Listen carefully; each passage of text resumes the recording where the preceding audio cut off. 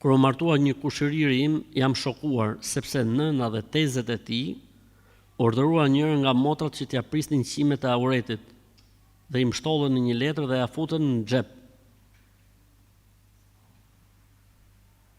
Në mënyrë që të parandalohen syshi.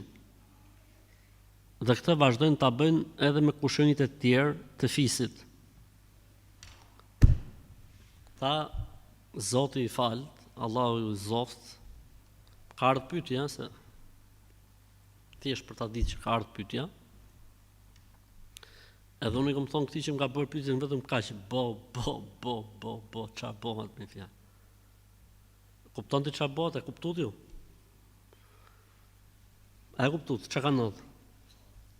Ditën e dasmës kanë shku motrat edhe i kanë prerë lesht vllajit të auretit, jo të sqetllës ose të kokës.